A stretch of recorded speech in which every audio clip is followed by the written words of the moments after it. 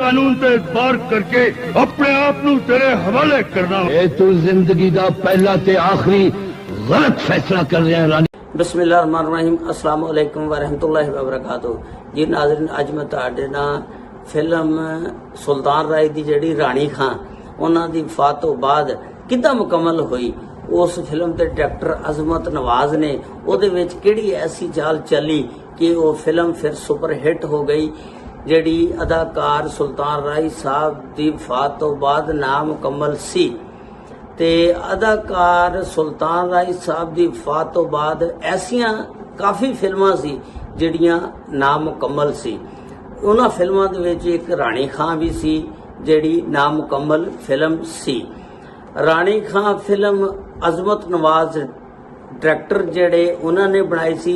अजमत Nawaz director ने बहुत Pakistan super hit फिल्मां दित्तियां, जिहदे विच महरम, दिल दा, वक्त दा बादशाह, बाला गाड़ी, इकबाल हसन साहब दे नाल ऐसियां फिल्मां बनाईयां जिन्हां नूं हमेशा याद रखिया जाएगा।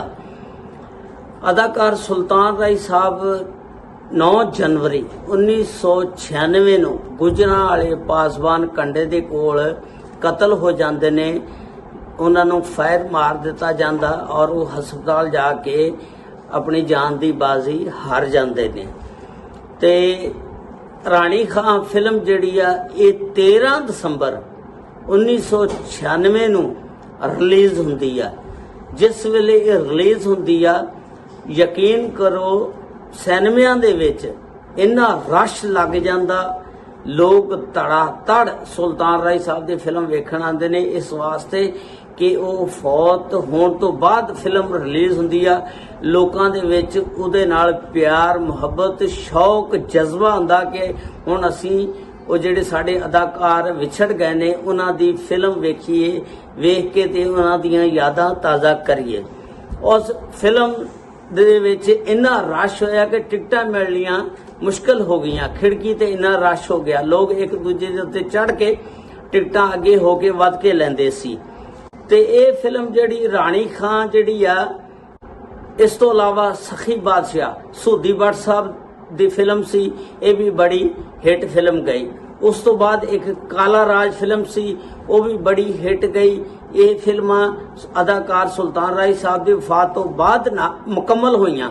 जिहड़ियां नामुकम्मल फिल्मां सी उन्हां दे विचों बाजार बंद करो, इकतदार, खेल, फौजा और जमाना 420, तीफा गुजर, लाहौरिया, सुखा, दुश्मन दा खड़ाक, ये फिल्मां बिल्कुल फ्लॉप हो गईयां।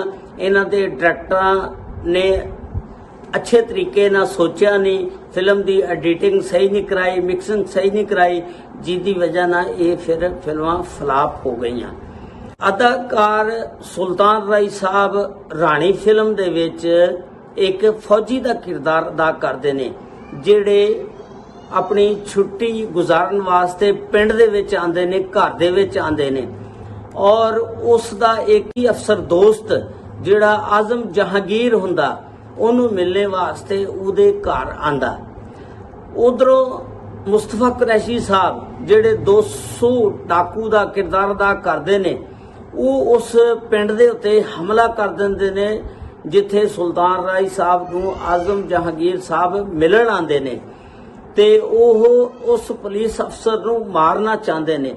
मुस्तफा कुरैशी साहब दे नाल उहदे कड़छे चमचे पिछे घोड़ियां ते बड़े बंदूकां लैके बैठे। मुस्तफा कुरैशी साहब कोल भी बंदूक फड़ी हुंदी आ। मुस्तफा कुरैशी साहब जिस वेले उस पिंड ते हमला करदे ने, सुल्तान राय साहब नूं पता लगदा, सुल्तान राय साहब चौक दे विच आ जांदे ने, आके उस 200 डाकू दे अगे खड़े हो जाते हैं। मुस्तफा कुरैशी साहब दे उन्होंने कहते हैं तू इस पिंड चो चल जा, बिल्कुल तेरी इहदे विच ही भलाई आ। मुस्तफा कुरैशी साहब अगों कहते हैं कि मैं इथों वापस नहीं जाना, मैं ये जिहड़ा पुलिस वाला इहनूं मारना, मार के फिर जाना। सुल्तान राय साहब कहते हैं ये मेरा दोस्त आ, मैं बिल्कुल तैनूं इहदे उत्ते हमला करन दी इजाजत नहीं देवांगा, ना मारन देंगा, मैं इहदी पूरी मदद करांगा। मुस्तफा कुरैशी साहब अगों कहते हैं कि पुलिस वाले जिहड़े हुंदे ने ना, ये किसे दे यार नहीं हैगे, ते तू परे हो जा, मैं इहनूं मारना। ਸੁਲਤਾਨ ਰਾਏ ਸਾਹਿਬ ਕਹਿੰਦੇ ਬਿਲਕੁਲ ਨਹੀਂ, ਮੈਂ ਸਾਈਡ ਤੇ ਹੋਵਾਂਗਾ। ਮੁਸਤਫਾ ਕੁਰੈਸ਼ੀ ਸਾਹਿਬ ਕਹਿੰਦੇ ਨੇ ਆਲਾ ਫਿਰ ਮੈਂ ਬੰਦੂਕ ਸੁੱਟਦਾ, ਅਗਰ ਤੂੰ ਬੰਦੂਕ ਚੁੱਕ ਲਈ ਤੇ ਫਿਰ ਮੈਂ ਇਸ ਪਿੰਡ ਚੋਂ ਚਲਾ ਜਾਵਾਂਗਾ। ਤੇ ਉਹ ਫਿਰ ਸੁਲਤਾਨ ਰਾਏ ਸਾਹਿਬ ਅੱਗੇ ਵਧਦੇ ਨੇ ਔਰ ਬੰਦੂਕ ਚੁੱਕਣ ਦੀ ਕੋਸ਼ਿਸ਼ ਕਰਦੇ ਨੇ। ਉੱਥੇ ਫਿਰ ਮੁਸਤਫਾ ਕੁਰੈਸ਼ੀ ਸਾਹਿਬ ਵੀ ਥੱਲੇ ਉਤਰ ਜਾਂਦੇ ਨੇ। ਉੱਥੇ ਘੁਸੁੰਨ ਮੁੱਕੇ ਦੀ ਫਿਰ ਜੰਗ ਸ਼ੁਰੂ ਹੋ ਜਾਂਦੀ, ਇੱਕ ਦੂਸਰੇ ਨਾਲ ਘੁਸੁੰਨ ਮੁੱਕਾ ਮਾਰਨਾ ਸ਼ੁਰੂ ਕਰ ਦਿੰਦੇ ਨੇ, ਗੁੱਥਮ ਗੁੱਥੀ ਹੋ ਜਾਂਦੇ ਨੇ।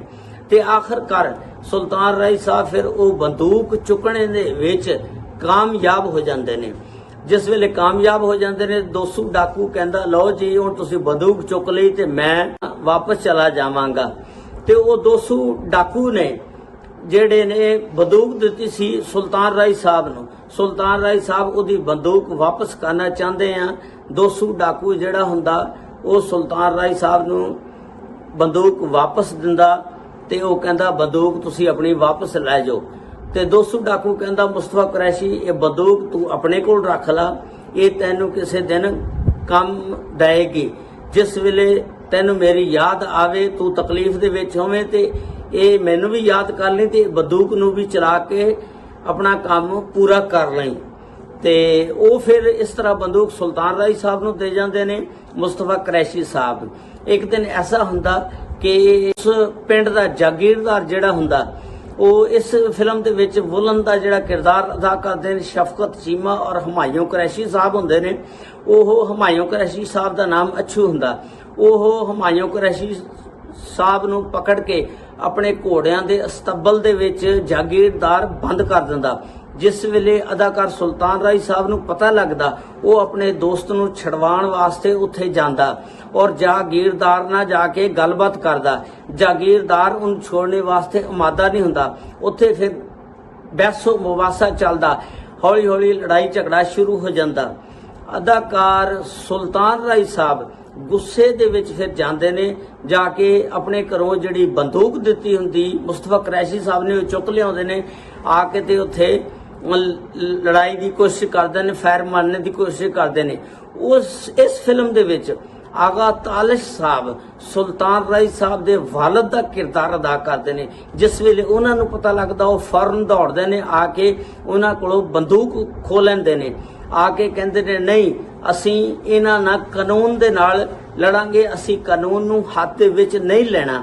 ਤੇ ਇਸ ਤਰ੍ਹਾਂ ਆਗਾ ਤਾਲਿਸ਼ ਸਾਹਿਬ ਉਹਦੇ ਕੋਲੋਂ ਬੰਦੂਕ ਖੋਹ ਲੈਂਦੇ ਨੇ।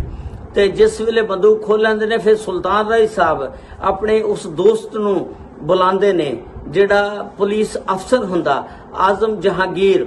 ਉਹਨੂੰ ਜਿਸ ਵੇਲੇ ਮਦਦ ਲਈ ਬੁਲਾਉਂਦੇ ਨੇ ਕਿ ਇਸ ਤਰ੍ਹਾਂ ਮੇਰੀ ਮਦਦ ਕਰੋ, ਉਹ ਪੁਲਿਸ ਅਫਸਰ ਜਿਹੜਾ ਹੁੰਦਾ ਆਜ਼ਮ ਜਹਾਂਗੀਰ, ਉਹ ਬਿਲਕੁਲ ਸਾਫ਼ ਇਨਕਾਰ ਕਰ ਦਿੰਦਾ ਉਹਨਾਂ ਦੀ ਮਦਦ ਕਰਨੇ ਤੋਂ। ਤੇ ਉਸ ਤੋਂ ਬਾਅਦ ਫਿਰ ਜਿਹੜੇ ਉਹ ਜਾਗੀਰਦਾਰ ਹੁੰਦਾ ਆਗਾ ਤਾਲਿਸ਼ ਦੀ ਬਹੁਤ ਤਜ਼ਲੀਲ ਕਰਦਾ, ਉਹਨੂੰ ਜ਼ਲੀਲ ਕਰਦਾ।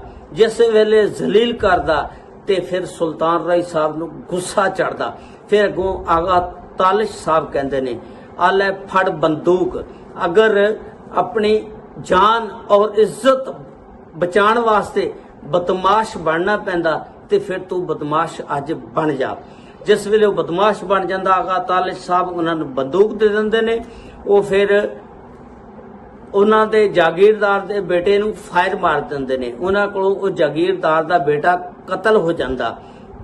ਇਸ ਫਿਲਮ ਦੇ ਵਿੱਚ ਫਿਰ ਸਾਇਮਾ ਇੱਕ ਤਾਂਗੇ ਆਲੀ ਦਾ ਰੋਲ ਕਰਦੀ ਹੈ, ਜਿਹੜਾ ਭੇਸ ਬਦਲ ਕੇ ਤਾਂਗਾ ਚਲਾਉਂਦੀ ਆ।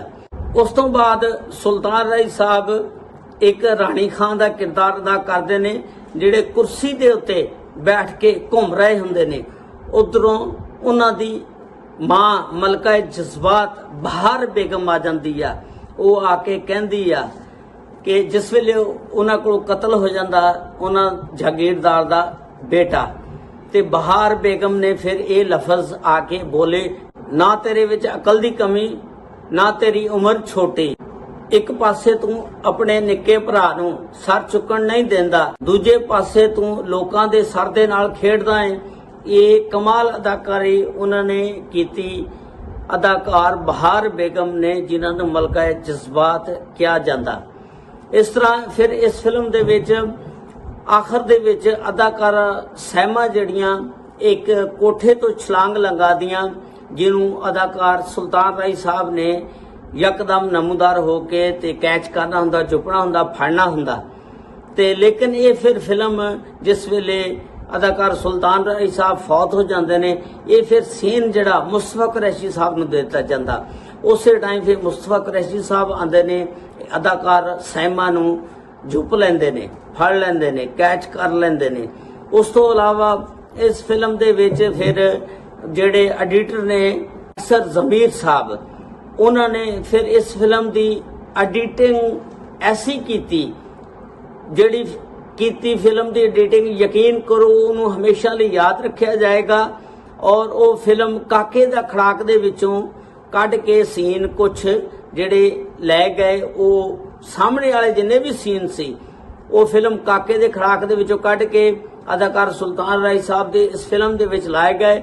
ਔਰ ਜਿਹੜੇ ਜਿਹਦੇ ਵਿੱਚ ਬੈਕ ਕੰਡ ਹੁੰਦੀ ਸੀ ਉਹ ਕਿਸੇ ਦੂਜੇ ਕੋਲੋਂ ਸ਼ੂਟਿੰਗ ਕਰਾਈ ਗਈ, ਕਿਸੇ ਹੋਰ ਕੋਲੋਂ ਅਦਾਕਾਰੀ ਉਹਦੇ ਵਿੱਚ ਕਰਾਈ ਗਈ, ਲੇਕਿਨ ਫਰੰਟ ਵਾਲੇ ਜਿੰਨੇ ਵੀ ਸੀ ਕਿਰਦਾਰ ਸਾਹਮਣੇ ਵਾਲੇ, ਉਹ ਫਿਲਮ ਕਾਕੇ ਦੇ ਖੜਾਕ ਦੇ ਵਿੱਚੋਂ ਲੈ ਗਏ। ਇਸ ਤਰ੍ਹਾਂ ਇਹ ਫਿਲਮ ਕਾਮਯਾਬ ਹੋਈ। ਇਸ ਫਿਲਮ ਨੂੰ ਲਿਖਣ ਵਾਲੇ ਨਾਸਰ ਅਦੀਬ ਸਾਹਿਬ ਬਹੁਤ ਅੱਛੇ ਸਾਡੇ ਰਾਈਟਰ ਨੇ, ਤੇ ਔਰ ਇਸ ਫਿਲਮ ਦੀ ਜਿਨ੍ਹਾਂ ਨੇ ਐਡੀਟਿੰਗ ਕੀਤੀ ਕੈਸਰ ਜ਼ਮੀਰ ਸਾਹਿਬ, ਅਸੀਂ ਐਡੀਟਿੰਗ ਕੀਤੀ ਕਿ ਯਕੀਨ ਕਰੋ ਬੰਦਾ ਪਹਿਚਾਣ ਨਹੀਂ ਸਕਦਾ ਸੀ ਕਿ ਇਹ ਫਿਲਮ ਦੇ ਵਿੱਚ ਅਸਲ ਸੁਲਤਾਨ ਰਾਈ ਦਾ ਰੋਲ ਆ ਜਾਂ ਨਕਲ ਦਾ। ਇਸ ਤਰ੍ਹਾਂ ਦੀ ਐਡੀਟਿੰਗ ਕੀਤੀ ਉਹਨਾਂ ਨੇ। ਤੇ ਬਾਕੀ ਅਜ਼ਮਤ ਨਵਾਜ਼ ਸਾਹਿਬ ਇਸ ਫਿਲਮ ਦੇ ਡਾਇਰੈਕਟਰ ਸੀ, ਉਹਨਾਂ ਨੇ ਵੀ ਕਮਾਲ ਦੀ ਡਾਇਰੈਕਟਰੀ ਕੀਤੀ। ਅੱਲਾਹ ਤਾਲਾ ਸਭ ਤੇ ਰਹਿਮਤਾਂ ਫਰਮਾਏ। ਉਮੀਦ ਹੈ ਸਟੋਰੀ ਤੁਹਾਨੂੰ ਪਸੰਦ ਆਈ ਹੋਏਗੀ। ਅਦਾਕਾਰ ਸੁਲਤਾਨ ਰਾਈ ਸਾਹਿਬ ਨੂੰ ਅੱਲਾਹ ਤਾਲਾ ਜੰਨਤੁਲ ਫਿਰਦੌਸ ਦੇ ਵਿੱਚ ਆਲਾ ਮੁਕਾਮ ਅਤਾ ਫਰਮਾਏ। ਅਸਲਾਮੁ ਅਲੈਕੁਮ ਵ ਰਹਿਮਤੁல்லாਹਿ व बरकातहू।